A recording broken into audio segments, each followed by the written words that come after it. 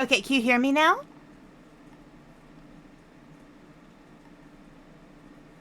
Let me know if you can hear me.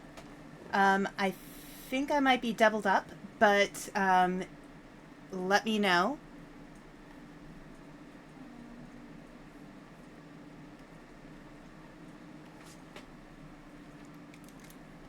Do do do do do do do do do do do do. Can you hear me okay? Of course, it's the stream when I need to be heard the most that the volume would go out. That's just delightful. Um,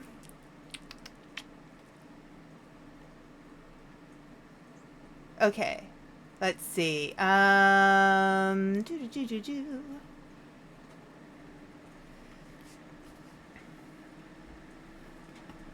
Let's see.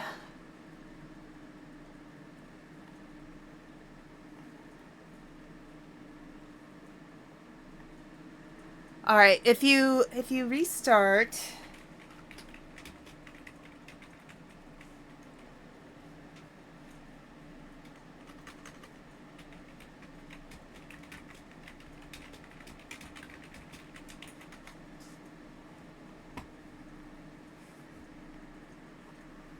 Okay, let's see if this will work. Um, okay, perfect. Thank you. Thank you for letting me know. I don't know if there's a little bit of doubling up. I hear a little bit, but I'm not sure where that's coming from. So I apologize. But yeah, we did some tests before the stream. So we'll see how this goes. But hopefully this should work just fine. Okay, perfect. So right now, there's a few things I want to say before we start. So this is the first episode of What's Your Story? It's going to be an interview segment in which I will be interviewing authors and artists. We're going to talk about their creations, their inspiration, just have a general fun, relaxed chat and get to know them and why they do what they do. So that's the first thing. The second thing is Balance of Seven has just released a new book today. It's called Anti-Hero Blues.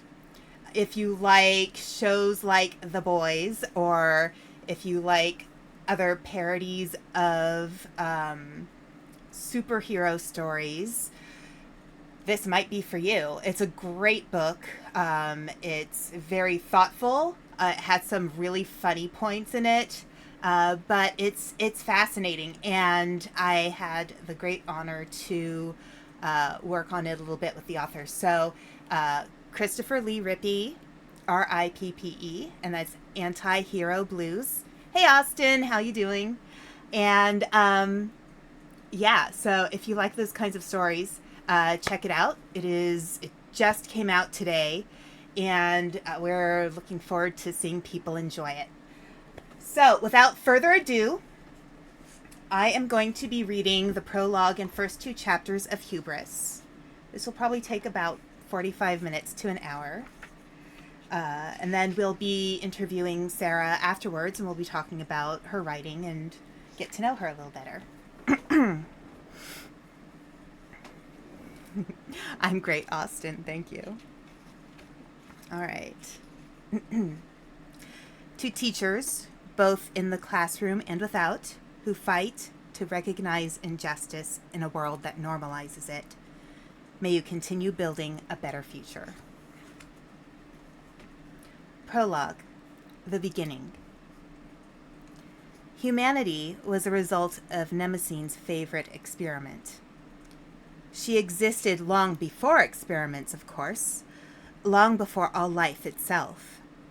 She had no idea she was the first scientist, or that her curiosity would leave an imprint on the new creatures. She had no idea she would shape them to grow into what they would become. She simply enjoyed watching them. Occasionally, she would interfere with her subjects, assisting them along the way, altering the samples as scientists would later say. Her fascination with their growth never stopped. She took in all their nuances, how they grouped together, created tools without her assistance, and scheduled new leaders, or rather selected new leaders. She was completely enthralled as they bonded with their environment, and she was devastated when tragedy befell them, either individually or within their growing tribes. As Mnemosyne fell in love with humanity's ancestors, another fell in love with her. Her passion and brilliance were missing from the beings Zernebo and his brother Mwanga created.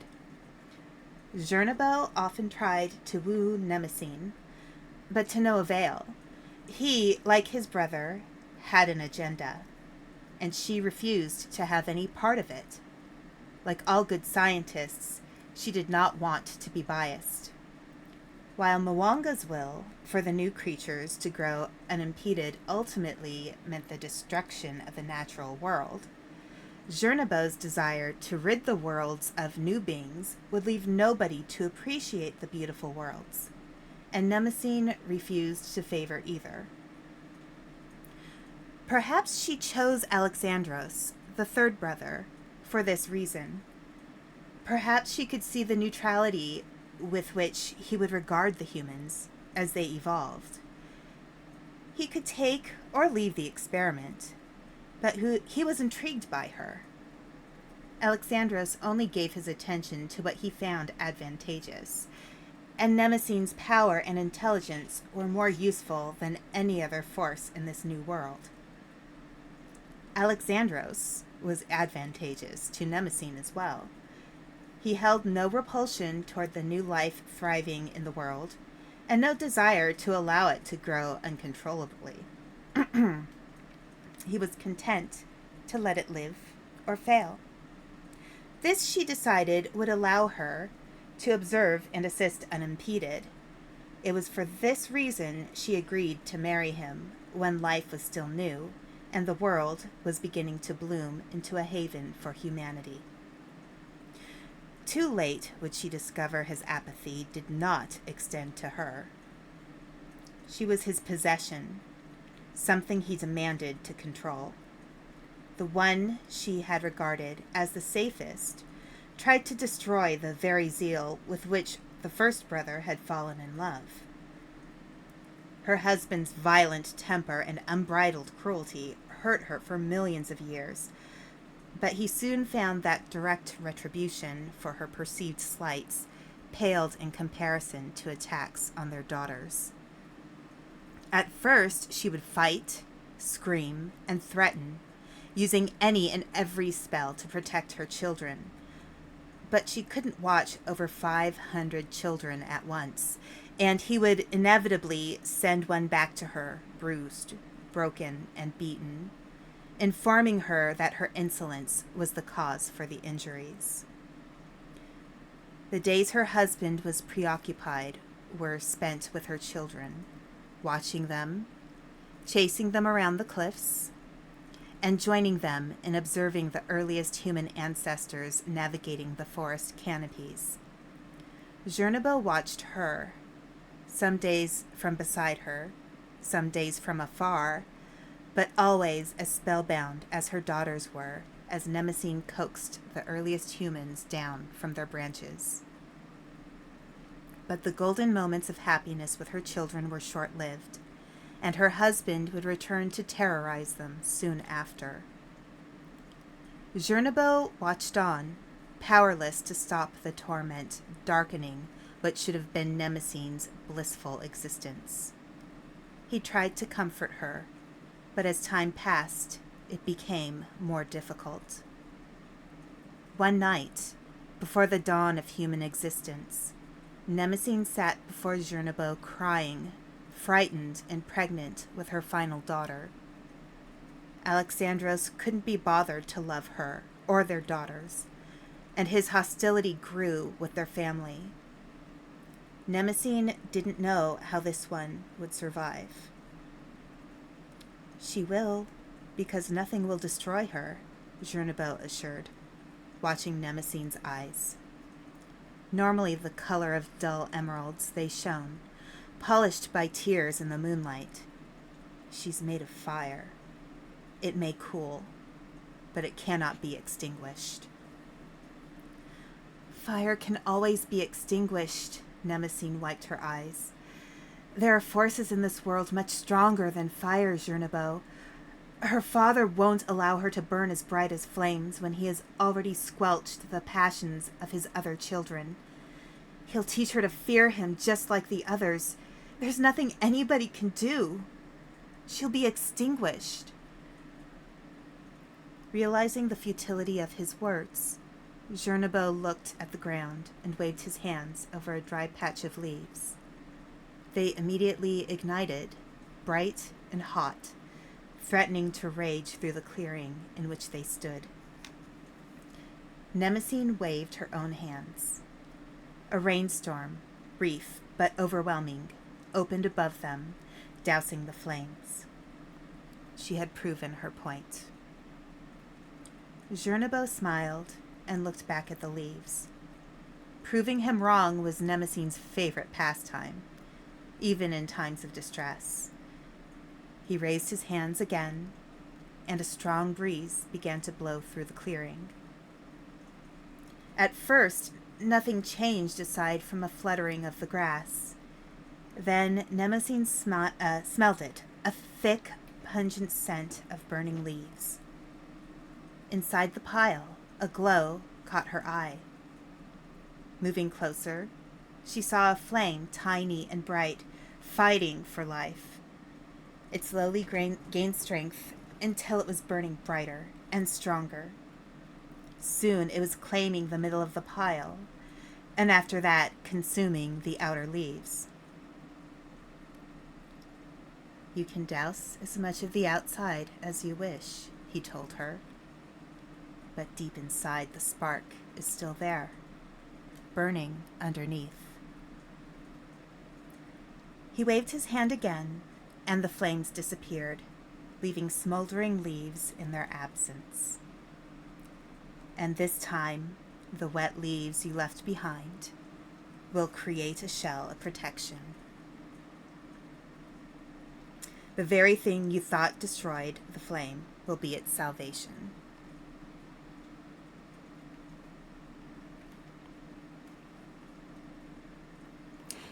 Is everybody hearing me okay? Just want to double check.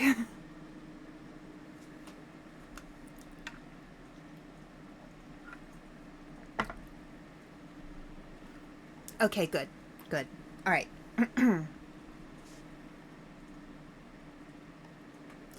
Nemesine watched the pile, focusing on the blackened leaves still burning at the edges. Unconsciously, she placed her hands over the growing belly beneath her tunic. Jernebo walked over and held his hands over hers, raising his eyebrows and tilting his head. She looked into his eyes and then down at his hands. Could it hurt her? I'd never risk that. What will it do? It will reignite her should he try to douse her flame. But what else? What else would do it to her? He remained silent. In truth, he had no idea what the spell whispering through his mind would do to the child, beyond protecting her from the wrath of her father. He never knew quite what his spells did before he cast them. He had simply learned to trust them. Nemesine took a deep breath, wrapping her arms tightly around herself for a moment. She nodded. Jernebo placed his hands over hers and whispered the words that sailed through his mind, accompanied by brilliantly colored images of crimson flames and dazzling aquamarine, of the earth, grass, and seas moving under the outstretched hand of a young girl. If Nemesine felt any pain, he never saw it on her face. She simply pressed her lips tightly together and closed her eyes. Then the moment passed, The spell had been cast. Nemesis opened her eyes and looked at Jernabo. She'll be okay? I'm certain. She's stronger now? Yes, he said softly. She's fire. Chapter 1. Purging Humanity. The night the countdown began seemed remarkably appropriate to the one who would race against it. Heavy rain blanketed the glowing city as icy water pooled on the sidewalks edging the park. Passers-by tightened their coats and quickened their paces, shivering beneath the pellets beating against them. A cold wind cut through the raindrops, which caught and reflected the city lights like tinsel. The sky flashed from inky black to bright violet, warning travelers that the worst of the night was yet to come. One man stopped suddenly and looked around as the world lit up around him. An occasional figure tried to escape the downpour. Otherwise, he was alone. However, the feeling that something hovered nearby, just out of sight, lingered. He peered through the rain, out into the dark, grassy park. He half expected to see somebody peering right back. As far as he could see, the park was empty. Why, then, did the shadows and rain move as though they were alive? The man shivered and pulled his coat tighter around himself. He told himself it was just his imagination and hurried off to find his car. As the man wandered away, a tall, heavy-set woman with curly auburn hair down the middle of her shoulders stood at the edge of the park, scowling at the spot where the man had just been. She hated when humans were too sensitive to the things around them. It was awkward at best, and dangerous at worst, when they looked right at her as though they could see her while she was cloaked in old energy. This human, however, had not been sensitive enough. If he were, he would have been less afraid of the figure in the park than of the squirming, twisting creatures made of smoke and shadows that covered the area. The silhouette of a domed building loomed over the tall woman as she squinted dark green eyes at the twisted things in disgust. She had been following the recent trends throughout the world and was displeased to find the numbers of these creatures had been growing. There were now more than she had seen in a long time. A very long time. She closed her eyes and checked the energy around her as raindrops dripped from the branches above her. The old energy stayed strong, hiding her from the view of humans. This was the first thing to please her all night. She needed to do some investigative work, and humans enjoyed engaging females in conversation late on rainy nights. She could not be distracted by them now. She was already irritated. A slimy, leech-like creature slithered around her foot. Its flat body made a sickening sucking noise as it crossed over the toes of her boots. The leech looked up at her with bright red eyes as she glanced down with a nauseated grimace. Ugh, scram! She kicked the creature, flinging it into a patch of mud. It hissed and slithered off quickly. You'll have no luck trying to tempt a siren, you idiot, she called after it. We're like the original temptresses. She straightened her thick black overcoat and smoothed her green blouse.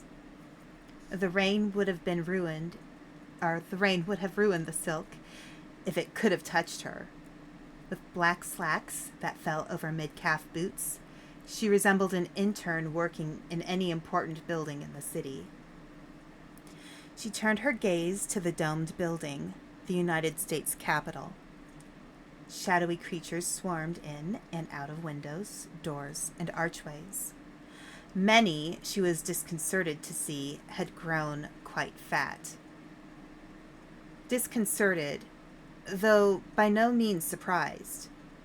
There was enough corruption in the building to keep the dark shades satiated and, most likely, well rewarded by the Dark One. Meanwhile, this country was falling into decay, with reports of extreme poverty and misery rising everywhere she turned.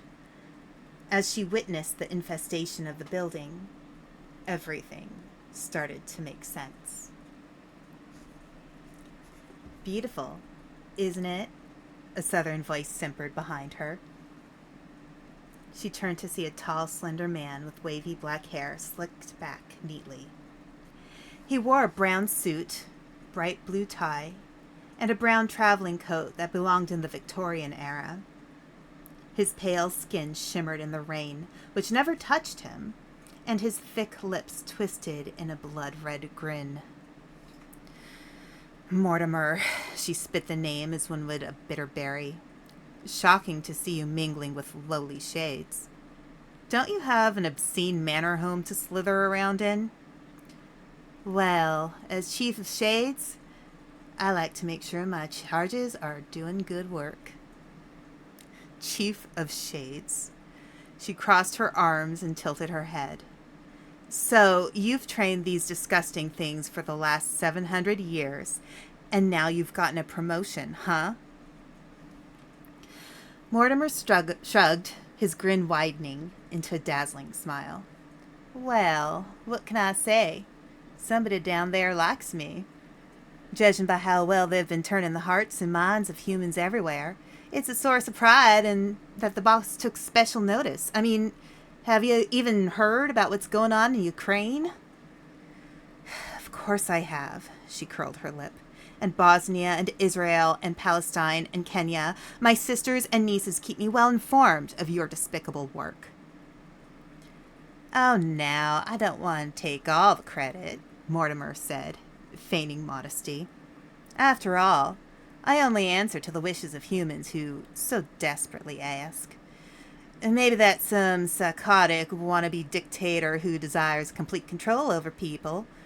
But who am I to deny dreams? I'm like a real-life saint, and it's about time I had some recognition, if I do say so myself. Yeah, she said through gritted teeth, her fists balling at her sides. Rage boiled her blood in a way only Mortimer can entice. Yeah. Congratulations on outsleazing the other Dark Lords for your new position. Why, thank you, he said pleasantly. She turned away, realizing he was going to be there a lot longer than she would have liked. She watched a car pass slowly, its headlights bouncing off sheets of rain. It turned the corner, most likely heading toward one of the nice row houses on Capitol Hill. She took a deep breath to steady herself, not wanting to give Mortimer the satisfaction of a strong reaction, and knowing she would have to explain too much to the Dark One if she just killed him. You still haven't told me why you're slinking around bothering me when you could enjoy your new raise being useless at your own home, she informed him with a down-to-business tone as the headlights disappeared. His dark blue eyes shone like the headlights through the rain. Boss's orders. You, of all people, should know how orders work, Tilly. It's Talise, she said through clenched teeth, her own green eyes starting to glow. Perhaps she could claim some freak accident that involved slipping while holding her blade. Surely such things happened. Mortimer ignored her correction. He stepped to her side and looked up at the building. These are some of my finest. They managed to win the hearts and minds of many aspiring young representatives. None of my other ventures would have, around the world, have been this successful. I mean, this entire country has been quite the story of human cruelty and misery. Mass genocides of the original native people, the enslavement of other humans, a battle lust to rival that of your lead warrior. How do you live with yourself, Mortimer? Talise snapped. Do you hear yourself? You're proud to be a part of this? Mortimer laughed derisively. Part of this? Do you think I tell humans what to ask for? How to feel about each other? I'm repulsed by nearly everything they beg for, but I can't say I'm surprised. Their stupid, mindless, infantile wants will be their downfall, and I'm going to sit back and enjoy watching them wither away until they're off this planet forever. But you... He tilted his head and pouted, giving her a look of pity. You may be the ice queen of the Sirens, but I know you well enough to know you're a hopeless romantic when it comes to these groveling apes. I'm sure it will hurt you when your favorite pets are gone, but perhaps it's time to start thinking about what's in store for you when that happens. He watched from the corner of his eye as Talise moved her hands over her coat in an irritated fashion, smoothing out non-existent wrinkles. Her eyes narrowed and her jaw clenched as she watched the creatures use the capital as some personal playground. I've watched humans in this very country band together and risk their lives in many different ways for people they never met. How many doctors rushed off to West Africa to battle the Ebola epidemic? And how many called for them to be left there lest they bring the disease back with them? Don't delude yourself in thinking altruism is the default for humans. Talise remained silent for a moment, biting her lip, trying to control her emotions. You're wrong, she said suddenly. It is. For hundreds of thousands of years, I've witnessed just that. Some humans are selfish and cruel, but most are compelled to help relieve suffering. Half your staff in the dark world who made permanent pacts, the ones you think are the only beings who matter, were compelled by altruism. You depend on it, Mortimer. So quit telling yourself it doesn't exist so you can sleep easier at night after what you've done. Mortimer looked back at the building. He was quiet for a few moments, and Talise thought she might have shamed him into silence for once. There's always a place for you in the dark world, Tilly, he said softly. His voice was suddenly kind, almost reassuring. At the risk of inflating your ego, you should know I consider you the smartest and most tenacious of your sisters. There are 568 of you alone, not including your nieces. Surely the baby Siren won't be missed. The baby Siren, Talise said ominously, turning toward him, is 2 billion years old and smart enough to see through your sick play. And for the final time, Mortimer, my name is not Tilly. It's Talise Persephone Zalabraxius. He turned his head and looked down into her eyes, catching her off guard. She shifted uncomfortably onto her left foot, unnerved by the admiring gaze of the person she hated more than almost anybody else in existence. Yes, I know your name. I happen to know everything about you, Tilly. And I also know what you want more than anything in the world, the very thing you would get if you shifted your allegiance to the dark world. I doubt that, she scoffed, crossing her arms. You can't seem to figure out that I hate being called Tilly, that I hate your shades, or that I especially hate you. I doubt you know my innermost desires. Why do you even insist on talking to me? She looked toward the capital again and watched a particularly hideous walrus-shaped shade sharpen its tusks on the marble. We both know that all I'm going to do is insult you. Is this some fetish of yours? Tell me, Mortimer said. You've been alive since before the dawn of humanity. Your knowledge of the foul creatures knows no limits.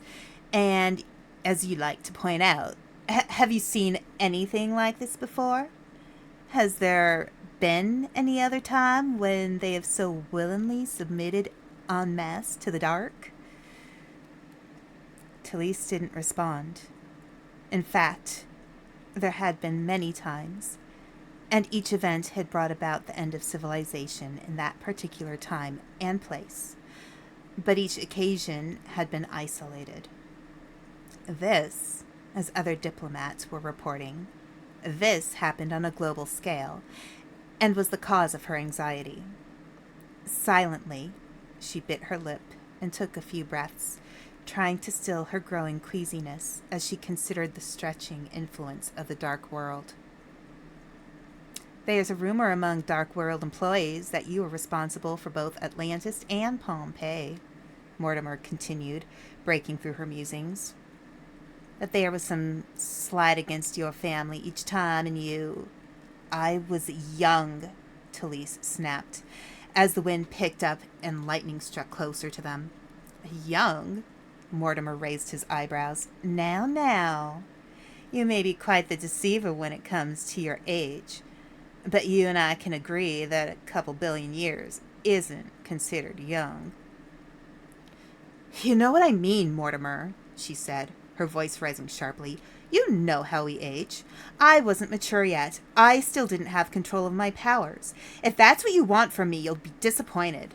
I'm not some bomb waiting to go off anymore. No, he agreed. But I heard the scope of your powers was unmatched. Even Alexandros himself couldn't compare. I'm sure it worried him. Talise winced at the mention of her father. She looked over her shoulder as a crack of lightning whipped across the sky above them, and then back at Mortimer, though more timidly than before. My past is none of your business. Do you think he told you the whole truth when it punished you for that rendezvous with the human? Mortimer tilted his head to the side. Perhaps that was just the excuse he needed. Perhaps he simply had been waiting for his chance to weaken you to his wit. Mortimer! Enough! An Irish voice commanded from behind them.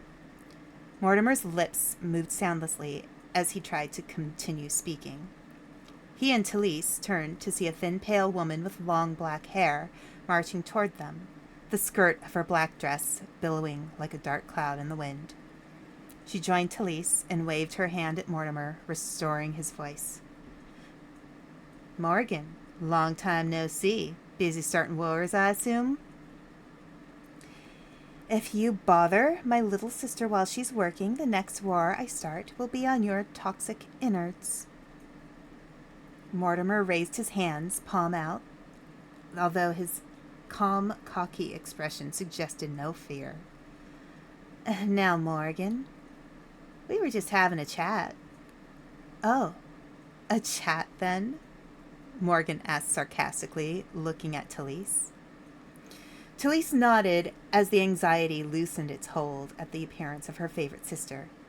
Yeah, Morgie, you know, the kind of chat where Mortimer talks at me to hear his own voice, and I'm repulsed by his presence and try to pretend he's not there. Sounds about right. Morgan looked back at Mortimer, who shrugged. Oh, now, we were just discussing current affairs, Mortimer said smoothly.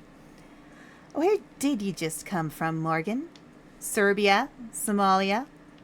How are my brethren doing? No doubt you're working with the newest acquisitions. I'm currently working out a plan to kill him, Morgan said to Talise, her eyes beginning to glow violet. He just got moved up to Chief of Shades, Talise said in a disappointed voice. We'd have to fill out paperwork if he ends up dead after talking to us. Pity. Mortimer looked between the two sirens. Talise hoped he would have the decency to look intimidated or uneasy, but he wore no such expression. In fact, a small smirk played across his lips as he shrugged. Well, I can tell my valuable company and incomparable charm are not appreciated here, he observed. Morgan and Talise scoffed. Being the gentleman I am, I will take my leave. He snapped his fingers, and a mahogany cane materialized in his hand. It had a silver handle shaped like a snarling rat. Mortimer used it to cast a spell that formed a rip in the air, beyond which swirled purple and indigo mist that reeked of sulfur. He gave the sirens a polite nod and stepped into the portal. Before stepping through, though, he raised a hand to his brow, smiled, and shook his head. "Oh, yes, Tilly. Do you know, I was having such a delightful time speaking to you, I forgot what we were chatting about first. The answer is freedom." With that, he stepped through the portal and disappeared, the tear sealing up behind him. "Oh, what was he rambling about?" Morgan asked. Talise considered the question for a moment, then shook her head. "Who knows? It's Mortimer. Lords of the Dark World rarely make sense." She turned to face Morgan. "So, why are you here? I'm sure saving me from Captain Obnoxious wasn't at the top of your agenda." "It's Father." Morgan crossed and uncrossed her arms. She kept her black eyes fixed on the Capitol. "He's called an emergency meeting. It seems the Dark World has infiltrated all systems of government in the most powerful countries. They're causing despair for the most desperate citizens, opening them up to Pax as well. He'll address everything there, but I wanted to tell you before we go." Morgan trailed off, took a deep breath, and finally looked at Talise. No doubt she could see what the younger Siren was feeling. "All diplomatic relations are being terminated as of tonight. There's no other way, Talise. Everything is out of order. It's time for a purge," Talise finished weakly. The anxiety she had before returned and evolved toward panic. "No, Morgie, no. There has to be something else. There has to be something." "There's nothing we can do, Talise." "But this isn't just Ireland or Europe or any small-scale situation. This is the entire world. Billions of humans will die." "I understand," Morgan said, her voice shaking a little. "But Father believes the balance of the world is shaky at best. Diplomacy just isn't cutting it anymore." Talise felt as though her sister had struck her. "I've been working for thousands of years to keep the balance of this world shaky at best, and now I'm supposed to just forget about all my work? As though it weren't enough? Or never happened?" "Talise, I know. I had the same thoughts." Morgan placed trembling hands on Talise's shoulders. "Look, I don't disagree with how you feel. You have every right to be upset right now." "Of course I do!" Talise pulled away and balled her hands up, glaring at Morgan, whose calmness felt like an admission of defeat. "How are you not upset? How can you be so calm when our father plans to scrap everything we've ever done and murder countless people? How can you stand there and calmly tell me we've lost? Because I had my panic earlier, Talise," Morgan snapped. "What do you want me to do? Would you like me to force Father to change his mind? That's suicide. He would kill me just for attempting it. Please, if you have any ideas, let me know." The air around Talise felt heavy with the burden of protecting it and the humans who breathed it. Talise weighed her next words carefully, looking Morgan over. "We could fight back," she said softly. Morgan watched Talise with a look of shock, pressing her hand to her chest. "Have you gone completely mad? Fight back? Fight our father? Alexandros? He would slaughter the two of us with a wave of his hand. How could we fight back, Talise?" Talise straightened her shoulders stubbornly. "We could ask for help, maybe." "Oh?" Morgan said, feigning curiosity. "Tell me, who could we rally to our side to take on arguably the most powerful being in all of existence?" "I don't know." Talise admitted. Maybe some of the Light Lords, or maybe some of the Dark Lords. For a moment, the women watched each other in silence. Talise wondered if Morgan was considering the option. There was certainly a look of longing and sadness on her face. Perhaps she was as tired of the constant wars as Talise was of constantly avoiding them. For one moment, Talise felt a slight possibility of her life being hers to control. The idea is complete madness, and you must remove it from your head. Talise felt the moment pass as Morgan spoke quickly, and all hope faded. She lowered her eyes so her sister couldn't see her disappointment. I know, Morgie, Talise mumbled to the ground. I'm sorry. Morgan put an arm around Talise's shoulders. Come on, she said softly. Let's get this meeting over with. Talise nodded sadly, sniffling. They walked to the vanishing point, thin air only sirens could find that took them wherever they wanted to go. As Talise walked, she thought, Morgan was right. Her father could, and would, kill them for even suggesting confrontation. Although Talise knew she would never stand a chance, she also felt that Mortimer might be right.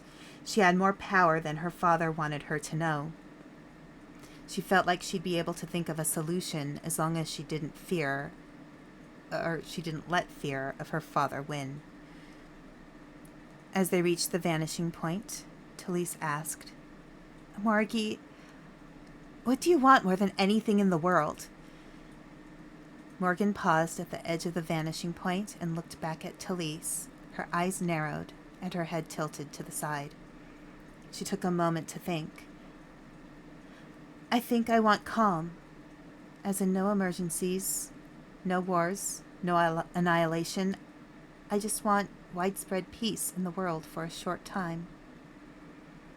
Talise felt even more disgruntled as she stepped through the vanishing point with her sister, not because of what Morgan had said, but because Mortimer had been right. More than anything else in the world, Talise wanted freedom.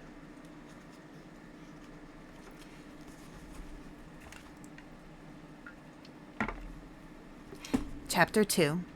The Find. Greenridge, Maine, was settling into evening hours. The woodland area surrounding the small university began to echo with cricket songs and the prickling voices of grosbeaks searching for supper.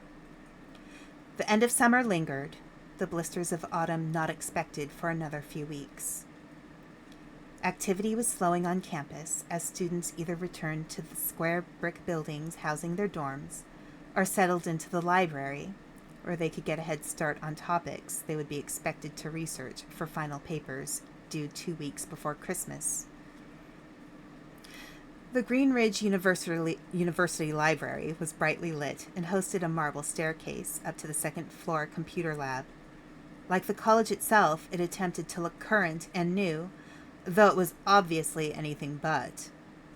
Peeling paint around the resource station, computers from the early 2000s, and even a card catalog used to hold titles that wouldn't fit in the outdated computer database disclosed the library's true age. New resources, such as up-to-date computers, were few and far between and were housed upstairs.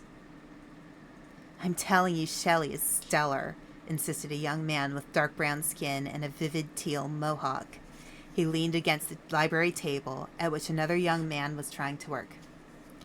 You'll never figure that out if you don't talk to her.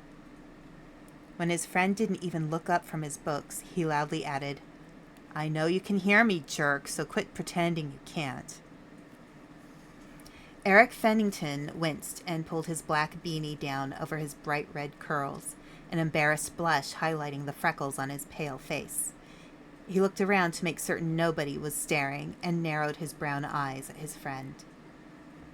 Look, Van, he said, his Boston accent too strong for his liking, which happened when he was irritated. Shelley seems nice, but she's sort of a party girl. She's always drunk, and she's really young. She's 22, Eric. All of 5 years younger than you. Right, well. Eric turned his eyes back to his computer, where a current news article warned of the strained relationship between the United States and China. That's still really young, considering the maturity difference. You mean between 22 and, 74? Van teased. Come on, man.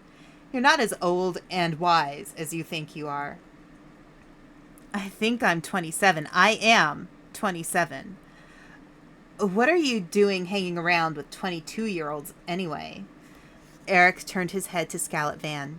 You're 2 years older than me. Van chuckled. Age is nothing but a number, and numbers are not what people think they are. Eric shook his head. What does that even mean? Nothing, that's what. Absolutely nothing. Oh, so Mr. I'm a genius linguist is going to criticize the invaluable wisdom I decide to impart upon him, Van scoffed, crossing his arms. I mean, you can figure out how to speak a language in a week, but you can't figure out when a pretty girl may be interested in you. Aren't you supposed to be in super genius math? Eric scowled up at him. How do you have time to notice a girl noticing me? Van smiled, brushing his nails against his shirt. What can I say? I always make time for the ladies. Also, people tell me things when I'm not tutoring them in the math lab. Why are you questioning important information I've gathered for you anyway? People pay for this type of thing, you know. I'm blessed, truly. The sudden slam of books against the table startled Eric. He looked up to see a short young woman with long blonde hair and pale green eyes watching him quizzically. What are you blessed with? Eric stared at her deadpan. Your presence, Meg. Ah. She thought for a moment before giving him a pronounced nod. Yeah, sure you are. We were talking about Sherry Carey, Van informed her. She's got something for Eric. Meg shrugged. Oh, yeah, Shelley has something for Eric. She usually goes for the awkward, goofy-looking types. Not that you're goofy-looking, Meg said quickly as Van groaned, and Eric raised his eyebrows.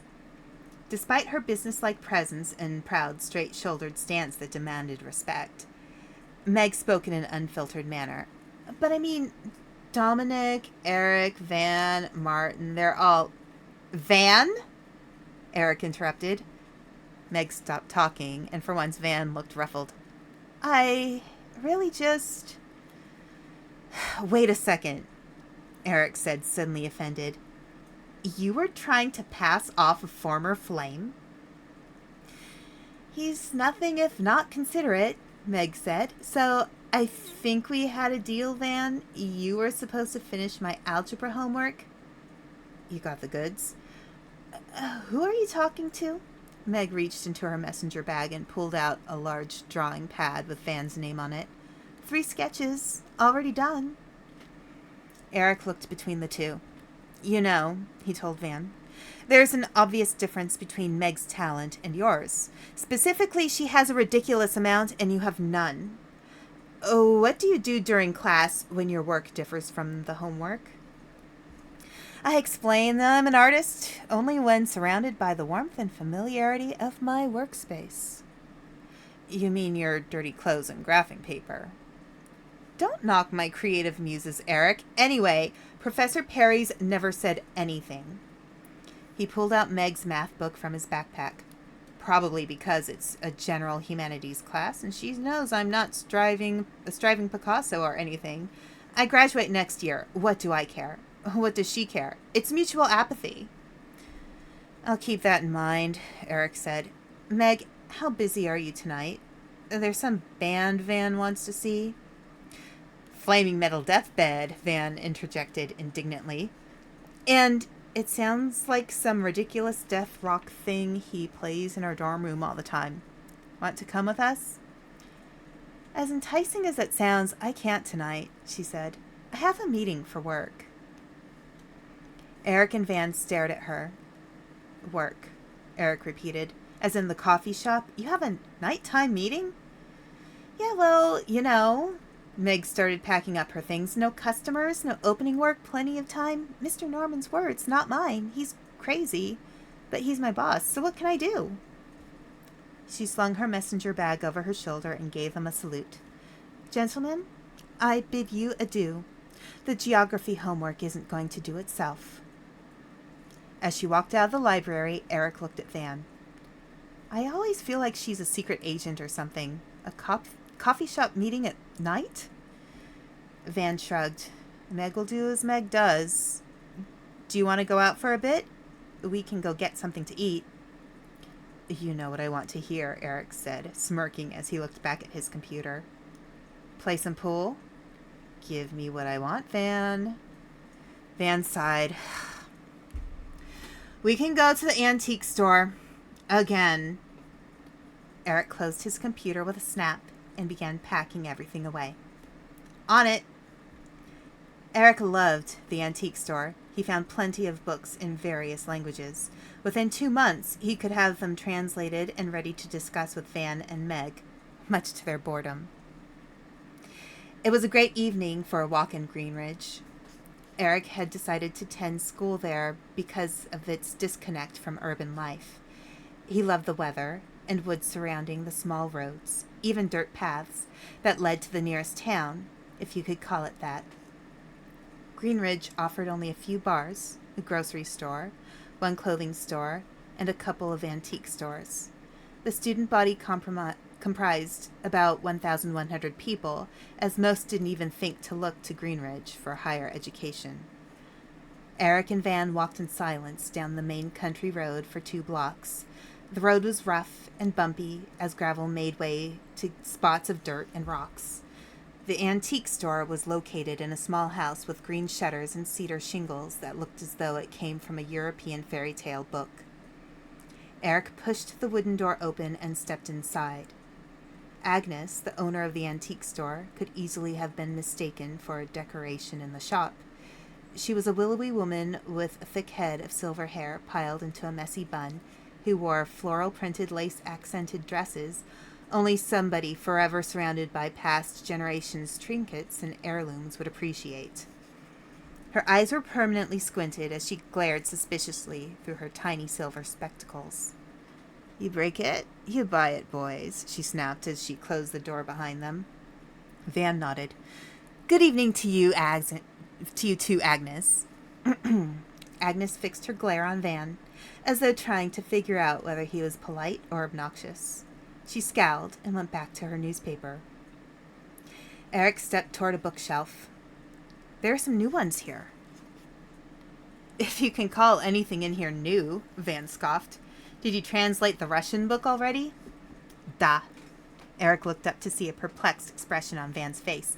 It means yes, and I know what it means, Van interrupted impatiently. What are you looking for now? Eric had started picking up books, flipping through them, and replacing them on the shelf. Something different. Eric inspected a Japanese book. Something challenging. French? Eric shook his head, running his index finger over spines. Derived from Latin, therefore not a challenge. Van looked at the shelf. How about German? Eric looked up at him with one eyebrow raised. You mean the foundation of 60% of my native language? No, thank you. Van sighed. What are you hoping to find? Some alien language from a faraway galaxy? Eric nodded, looking through the books again. That would be cool, I guess. If I could have some foundation language to work with. He carefully read through the titles. Some he remembered from the last time he was there, while some were new. Most were in English, but every once in a while there was some copy of a Russian play or an old French science journal. I doubt you're going to find anything here. Why don't you just look on the internet? When I was looking for a particular chemistry book online, I found one written in Arabic. I almost got it for you because then you would finally learn something about a useful subject, but you know... Eric lost interest in Van's rant as he came across a book and a language he had never seen before. The language was very triangular, but all the letters seemed to connect. It looked like an ancient language, but the binding of the book, bright red with gold writing, suggested it had been published in the 20th century, albeit early on. Eric felt Van lean in to peer over his shoulder. What is it? Eric shook his head. I have no clue. I've never seen anything like it. Well, I mean, I've seen languages sort of like it. He turned the book over in his hands and flipped through the frail pages. But never exactly like it. Van scowled. It's probably $1 million or something. Maybe you should take that Finnish book over there. You haven't tried Finnish.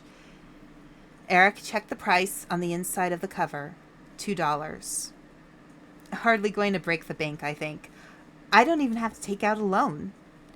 When Van didn't respond, Eric looked at him, tilting his head as he realized Van was staring at the book with reserved fear. Why are you worried? Is it witchcraft? How should I know? Van switched his gaze to Eric, his expression turning guarded. I can't read it.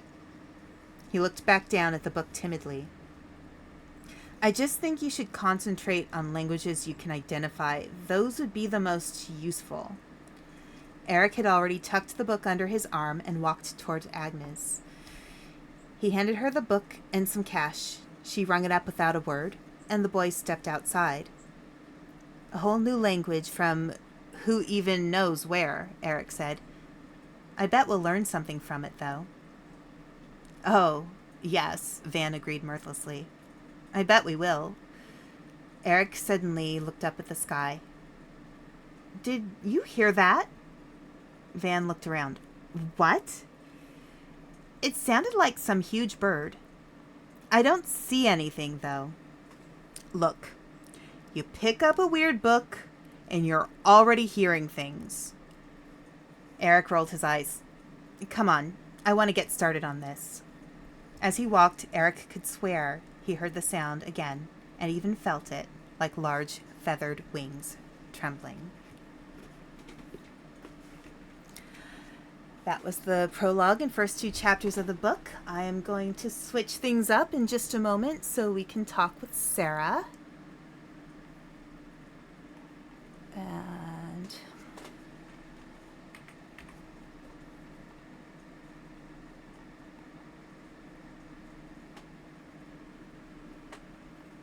okay, there we go. So everybody, this is Sarah Hines. She is the author of Hubris. She has the coolest glasses in the world on. I love them. So we're going to get started. Can everybody hear Sarah okay? She's a little quiet to me. I don't know if anybody else can hear her.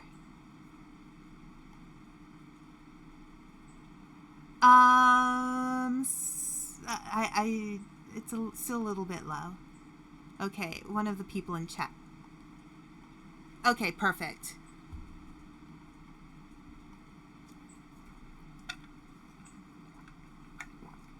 Yeah, we had this problem earlier when we were setting up, so she should be, when she comes back, we should hear her better. Perfect. Absolutely perfect. Okay, so this book is fantastic. All right, so why don't you introduce yourself? Tell everybody your name and are we still having problems with her being heard? Oh, okay. You know what? Hang on. I know what's going on. There we go. There we go. You should be able to hear her now. Okay. Can everyone hear me better? There. Let's see. Can you hear her? Okay, perfect. Thank you. Wonderful. Okay. So, Sarah, if you can introduce yourself, tell us about the books you've written and anything else you would like to have the audience know about yourself. Sure. So my full name is Sarah V. Hines, my author name. I started writing Hubris in about 2013. It was during a very hard time in my life, and writing was kind of my escapism, where I could also put down my thoughts and my feelings and give them to other characters. And I have been writing the series ever since. I have released two books, Hubris and Axis, and I am currently working on the third book, Nemesis. It looks like it's going to be a 5 book series, so there's going to be plenty of material. And when I'm not writing, I'm working. I work with a company that helps people with intellectual or developmental disabilities um, get out in the community or have companionship in their home. And I also spend time with my two cats, Gizmo, who is a three-legged orange cat, and Balthazar, who's a Bengal mix. Yes, actually, we're not going to show off the cats right now, but her cats are adorable. Yeah, they are. Yeah, They Balthazar is really are. gorgeous, actually. If you've ever seen a Bengal cat before, you would know how cool Balthazar must look because they are amazing. They're like miniature, like almost like miniature leopard slash tigers, Yeah, yeah, but they're really cool. and very smart. Right, Very, very right. They're very doable. smart. So, let's talk a bit about the book. Maybe you can tell us a little bit behind that chapter or the prologue and first couple of chapters I read, and give us a general plot line for Hubris and maybe even Axis as well, and what inspired you to write this story. Sure. So the what you just heard is the opening challenge of the book. The book will follow mainly to lead, but Eric will play a very important part in it. Um, Eric, of course, has the book he's going to be translating.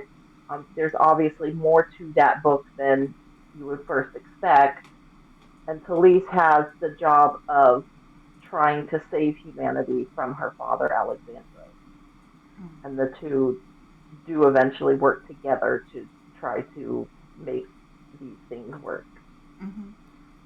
Um, it the second book, I don't want to give too many spoilers on the first book, but the second book follows them and the others who have also decided to help Talise and Eric as well. So Um, it really feels mhm. like this story is about saving humanity, essentially. Yes, it is about what we would do, what kind of sacrifices we would make um, for what we see as the greater good, and how many people see themselves working towards a greater good, and how that conflicts with other people's work. Mm-hmm. How other people see, because we all have that belief that we know what the best route is. We know what the best outcome would be, and how do we reconcile that with other people? How do we make sacrifices in one area to help people in another area? These are things that are going to come up. These are the conflicts that will come up during the story.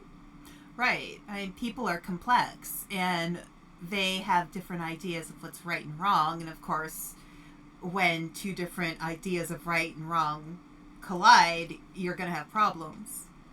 Right, right. And Right. people always have different agendas.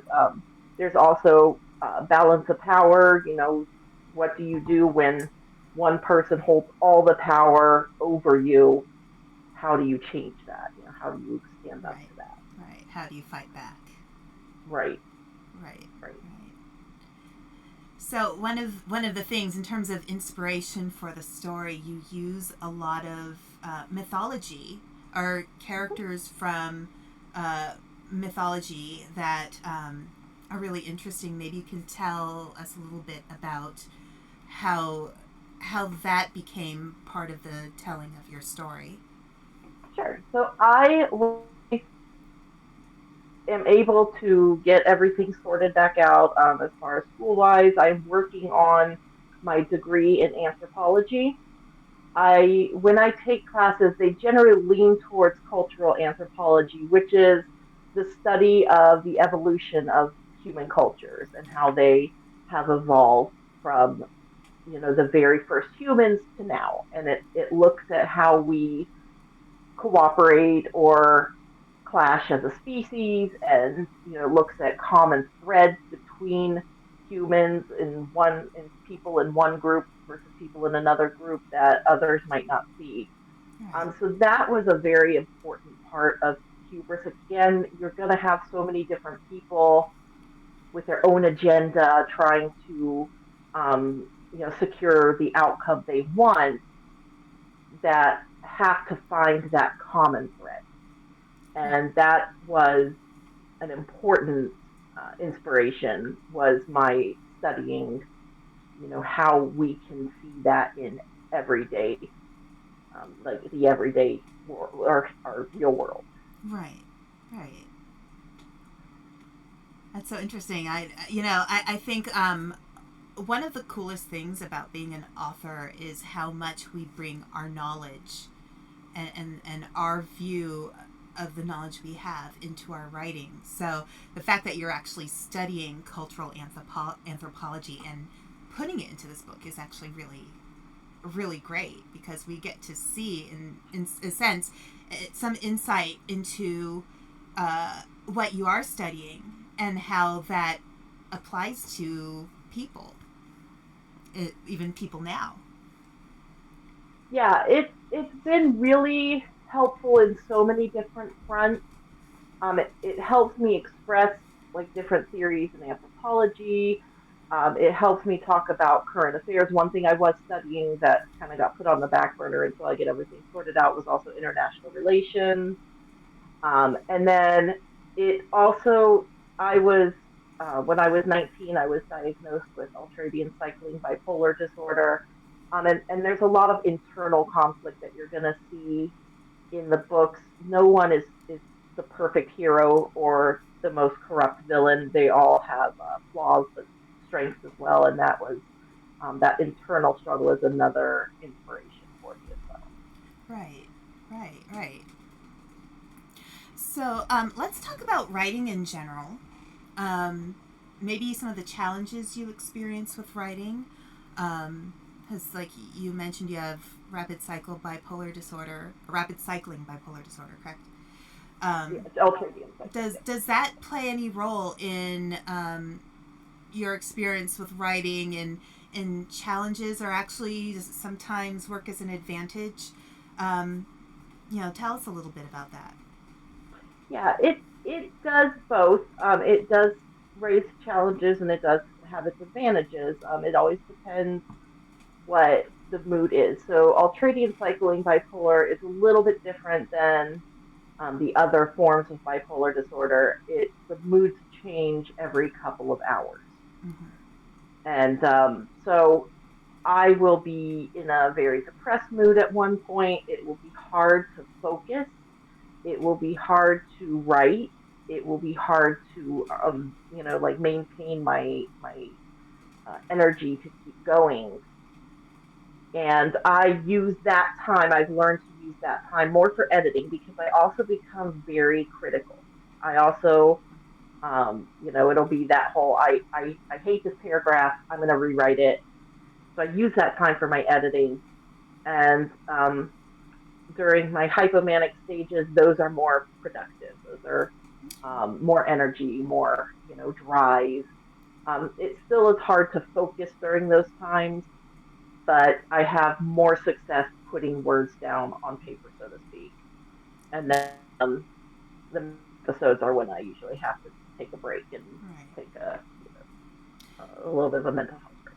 So essentially, you try to use it to work in your favor as much as you can, which is Right, probably right. the most any of us can do. When you're writing, it's especially if you're writing a novel, or even more so a series. This is a big undertaking, and it takes a lot of time and a lot of energy. So the fact that you can, knowing that you have certain struggles, that you can find ways to make it work for you, is actually pretty impressive. Yeah, it's taken many years. Anytime you deal with, especially a severe mental illness, it can take a while to learn how to kind of live through it, how to make it work. A lot of times you're fighting against it. You're trying to regain control from the illness, Right. and that's kind of my way of gaining control again. Writing really helps me regain control, even if just for a while. Right. Right. It can be a very therapeutic undertaking. Hmm. Yeah. Yeah. And I think a lot of writers would say the same. A lot of times when we write, it's to express a part of ourselves that we want people to see and we want people to understand. And, Exactly.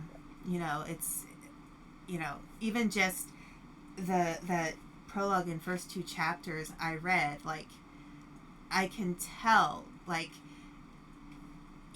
you're setting up a lot of really interesting storytelling. Just in that, you introduced us to Talise, you introduced us to Eric, you introduced us to secondary characters, and right off the bat, they're very interesting. Thank you. So, Thank you. yeah, Yeah, it is helpful to, especially with writing, you want to know where your strengths lie. So every writer has something they are just, I believe personally, every writer has something they are very good at with minimal effort, and some things that they have to really, really work on. And my strength, I feel like, is in character development. I feel like that's yeah, always, character development and dialogue have always been my strength. right, right. And I think it's funny because I'm very much a character focused writer as well, and so I notice if a character isn't written, like if they aren't set up properly, I get thrown off reading the entire rest of the book because I want to be invested in those characters when I read them. I want them to be like, this person is so interesting because they think this way, or they have this certain way of viewing the world that's really fascinating, or it's really helpful when you establish character early because that really can hook the reader in. Yeah, I heard a great piece of advice one time. I can't remember where I heard it, but essentially what was said was write every character, every main character, as though they think the story is about them. Right. So you want to know the characters who are going to make multiple appearances in your story. You want to know their background. You want to know their personality. You want to know what they like and don't like, what motivates them, their mode of operation, all of that. Right. Right. Every character matters, and if you Right. if you only write a few characters and make them matter, and then all the side characters you write them as one or two dimensional, those characters are supposed to help um, bring kind of the spark to the story. Like sometimes my main character might not be the most interesting person. It's actually the side character that they interact with that brings out who that character is. Yeah, absolutely. Absolutely. Yeah. Those secondary characters are just so important. And I get that a lot um from people who have read the book. The Mm. favorite character usually is Mortimer, or there's a later character, Rivka, that Mm-hmm. people really like. It's not usually Talise or Eric. It's usually one of those secondary characters Right. because Right. they add that conflict and challenge. Right. Right. Yeah. And I have to say, I feel bad. I am not great at all kinds of accents, and you have so many characters with different accents. I did my best with Mortimer, but I really wish I could honor, like, do a good Irish accent or a Boston accent because I that would have know. been so I much more fun if I could have done that. But I think I that's loved going to your be something I'm accent. going to have to work on. Yeah, I loved your Mortimer Yeah. accent. That Oh, was good. wonderful. Good. Um, So I but yeah, noticed. Uh, uh, mhm. oh, go ahead. Go ahead. I was just gonna say, yeah, there are a lot of characters from, the idea is that they're all from Right. um, different places in the world. And again, that's just kind of how I tie in like cultural anthropology. Yeah.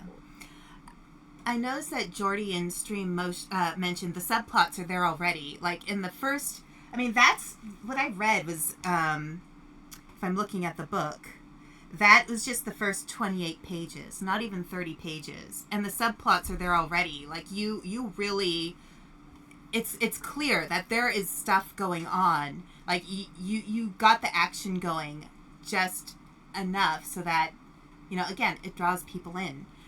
Can you talk a little bit about that? Yeah, I firmly believe that I am, and this is again something that you hear a lot of times with writing.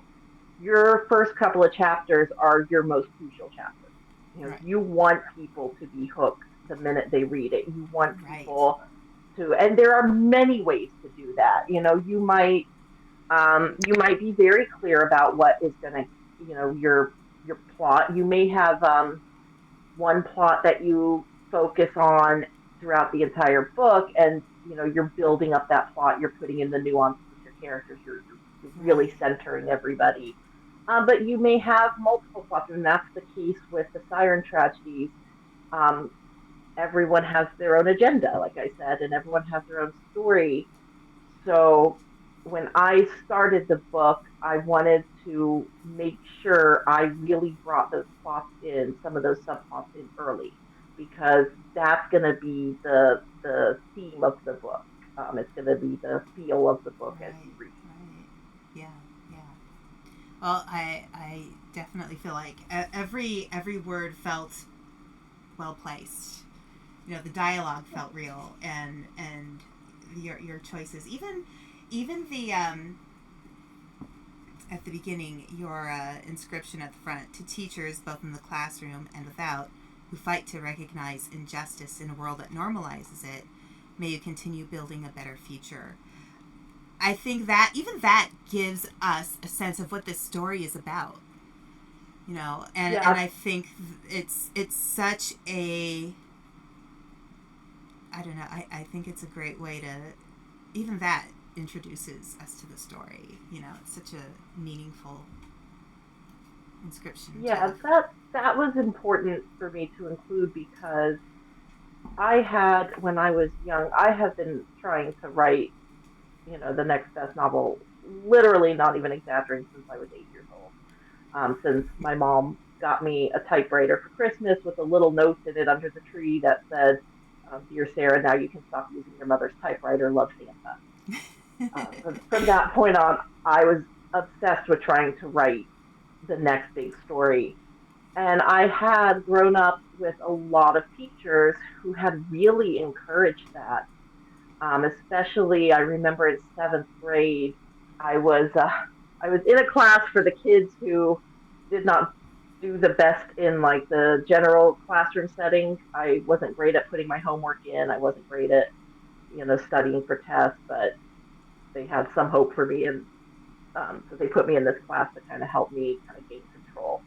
Right. And this teacher, he was amazing. He would show us a picture every week, and we had to write a story based on that picture. And he would read what he thought were the best stories. He wouldn't tell you who wrote them, but he would read what he thought were the best stories, and the kids could talk about what they really liked about it. And almost every week, my story was mentioned. Like, so Mm, he really tried his best to encourage me to keep writing. that's So, wonderful.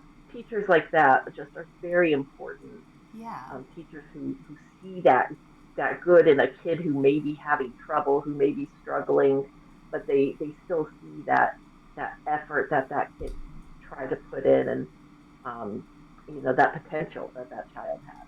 Right. Right.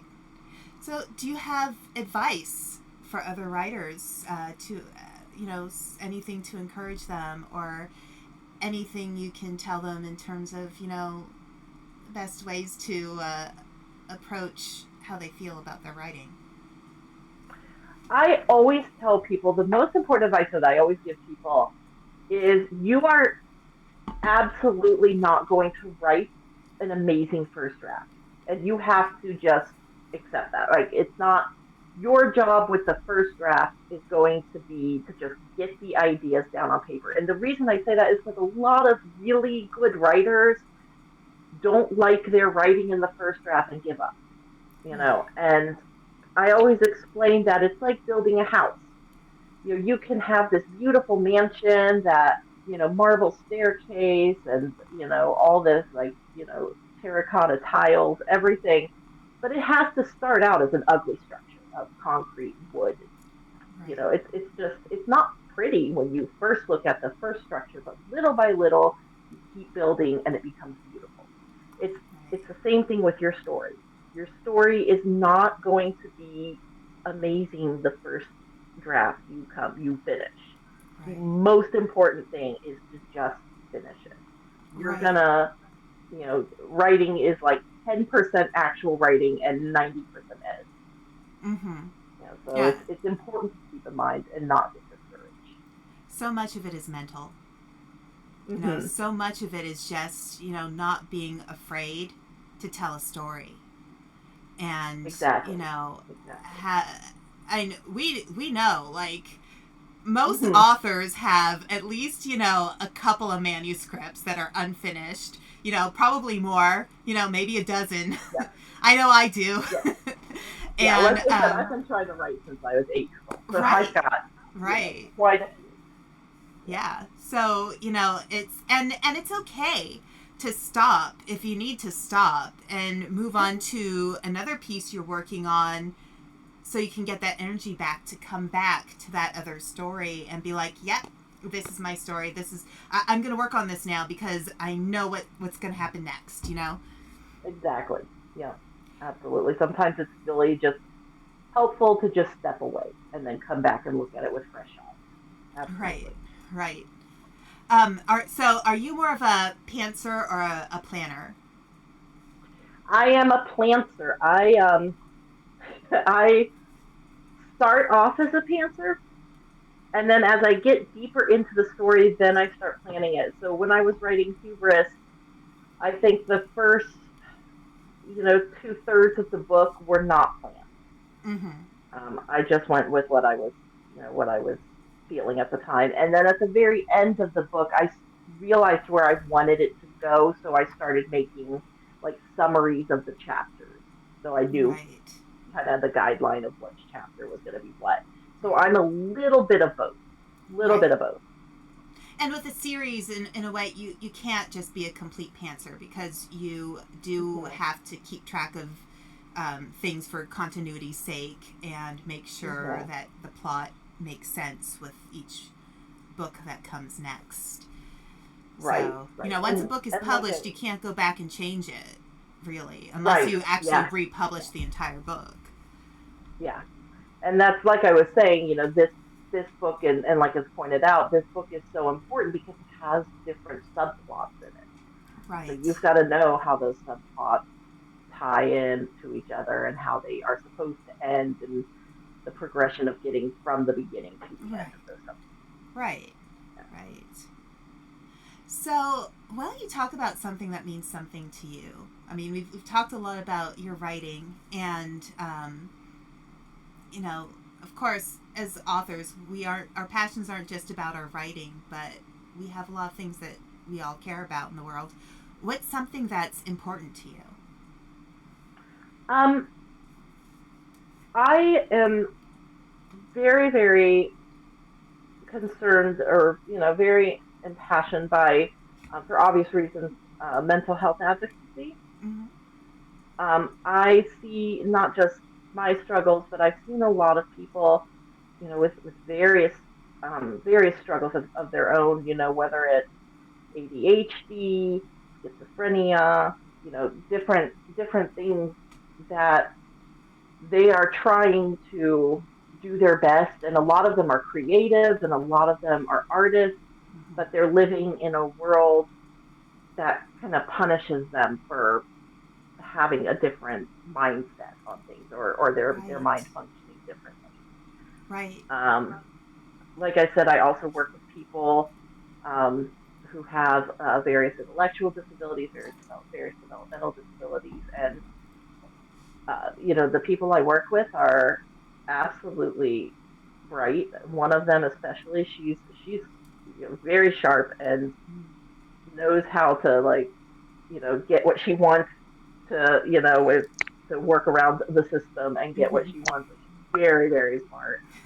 Um, and it's important to me that people see a person Mm-hmm. behind somebody that may not come to ideas or conclusions in the same way that they did, Right. because in the end that's really all it is. It's just Right. somebody who reaches that conclusion in a different way. Right.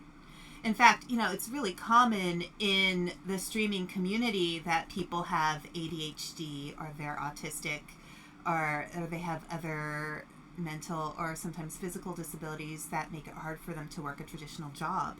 And, it's so important for people to see the humanity in everybody. Like I watched quite a few different streamers before, embarking on this. And you know, I think people just really want to be understood and Hmm. for others to see that they have something valuable and valid to offer as well. Like Right. one of the biggest, one of the most well known VTubers is Iron Mouse, who has an immunodeficiency disorder. So, she was able to find great success in streaming because like she can't really leave her home. Right. There Right. there's so many people in other areas of creativity, like you hear about actors who have bipolar disorder, or you know it's there's so much that we can do to take away from the stigma around it and really Right. see the how in some ways it's such an opportunity when we stop and really listen and learn somebody else's perspective, especially when they're different from us. Right. And the important thing with people who are neurodivergent or people who are struggling with mental illness is we want that community. We want Right. not to be isolated. We don't Right. want to be told, well, you don't function like everybody else, so you need to be separated. Right. We want that inclusion, Right. and a lot of the times the stigma get in the way. Like I have seen people casually, when you hear something on the news about somebody who just is being abusive or mean or something, they'll say, well, he sounds Right. bipolar. Like, Right. no, Right. And no. statistically, people who have mental health issues are far more likely to be victims of violence, not the perpetrators of violence. Right, So, the fact that people still so easily use someone's mental health as a way to insult them or classify them as something less than, it's ridiculous yeah, and and it completely unfair. also is kind of second nature for some people to gaslight them. I Right. can't tell you how many times I've heard you're not remembering that correctly, or that never happened, and Mm-hmm. it did. Like I don't make Right. stuff up, but Right. it's kind of second nature for some people. Sometimes I don't think they know they're doing it, to just kind of fall back on, I can paint that person to be unreliable. Right. I can make them question themselves and other people question them. And that's Right. something that we as a society have to work on. Right. Right. Absolutely. So, what are your goals? Like, not just for writing, but just goals in general.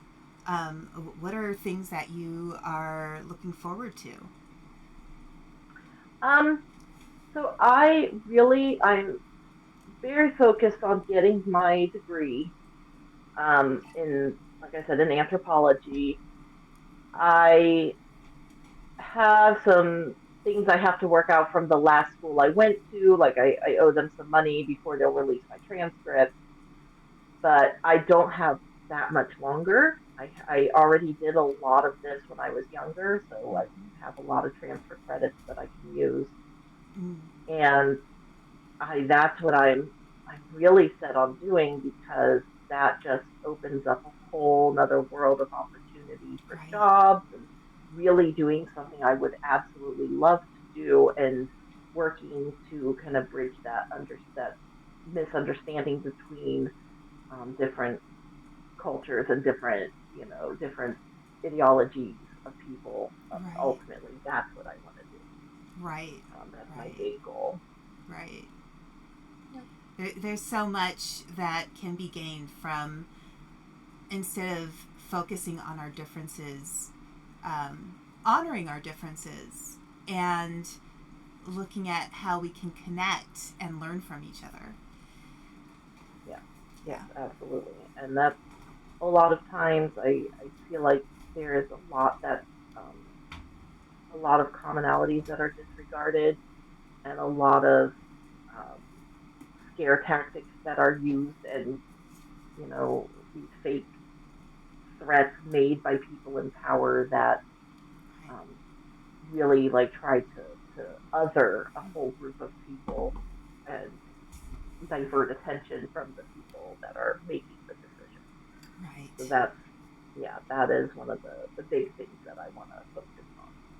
And Right. that's what I do with my stories too. I would really Yeah. want people when they read about the conflicts and the characters maybe making some not so great choices, like I want people to see that these when someone has so much power over you, when they can control you, you take what little power you can get. And that's sometimes that can be trying to help other people, sometimes it can be hurting other people, and Right. it's important to see to see the roots of it as to why that is. Right. Right. Well, is there anything else you'd like to share or talk about in terms of your books and, um, anything you'd like to say to close? I really want to encourage people to, if you liked the prologue in the first two chapters, to go ahead and pick up a copy. If you like it, leave a review. If you don't like it, I guess still leave a review. I'm always up for hearing what I can work on. Yeah, Um, so-called bad reviews aren't always bad. right. Yeah. Sometimes Yeah. it's I've good gotten to a hear lot it. of good feedback, even Yeah. if it's like, hey, I think this should be worked on. It's always great feedback and it's always helps me with the next book. So, Right. Right. Right. Yeah. Yeah.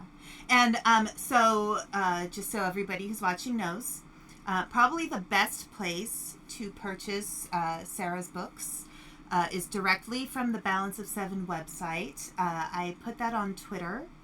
I will put that up again after we finish the stream. But it can also be found on itch.io in ebook format. Uh, you can get from Amazon both paperback and Kindle version, barnesandnoble.com. I mean, it's pretty much everywhere you would buy books from online. And if it's a book that you want at your bookstore, go to your bookstore. Say, hey, I want mhm. this book. Put this on the shelves. It's a great book. You know, Yeah. let people know what you want. Also, a lot of times, like this is how the DC libraries work. You can suggest a book through your library's website, and if they get enough suggestions, they'll pick up the book and put it in the library. Right, So right. So yeah, yeah, these are all. Austin, you can get the book on Amazon. It's available there. You could read I'm sure there are probably a few at this point for Hubris, because Hubris has been out for a couple of years. There's probably some reviews there too, but Yeah. yeah, you can get it on Amazon. It's you could get there pretty much anywhere books are sold. Um, but if you do want to get it directly from a bookstore, I used to work at an independent bookstore, so I know all you have to do is go in and be like, look, can I just order this book since you don't have it on hand? It's great, and I'd really like to get a hold of it, and they'll do it for you. I mean, it's easy enough to order it from Amazon, but sometimes when you go into a bookstore, that tells them that they should probably have a copy of the book on hand too, so maybe somebody else will see it and buy it. Yep. Absolutely. Absolutely. Yeah. Okay. Well, thank you so much, Sarah, for this incredible book.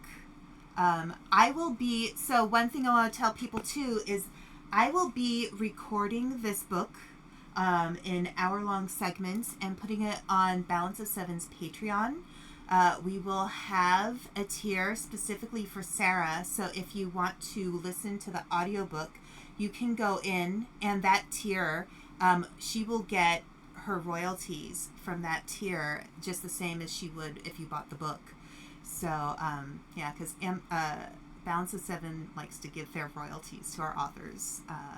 So, and we want to make sure our books are accessible. So, being able to have an audio format will be great for people who might need that kind of accessibility. So, we're really happy and pleased to be able to offer that to our reading community as well. So, yeah, great, Austin. I'm so glad you found it. So thank you so much, Sarah. This has been a wonderful first episode of What's Your Story? And Thank you for having me. yeah, and always I love talking to you because we've been friends for a while, so it's always good to have a chat and talk about things that matter to us. So so we're gonna say goodbye for the evening. I'm gonna recover my throat a little so I can continue recording Hubris and post that on Patreon.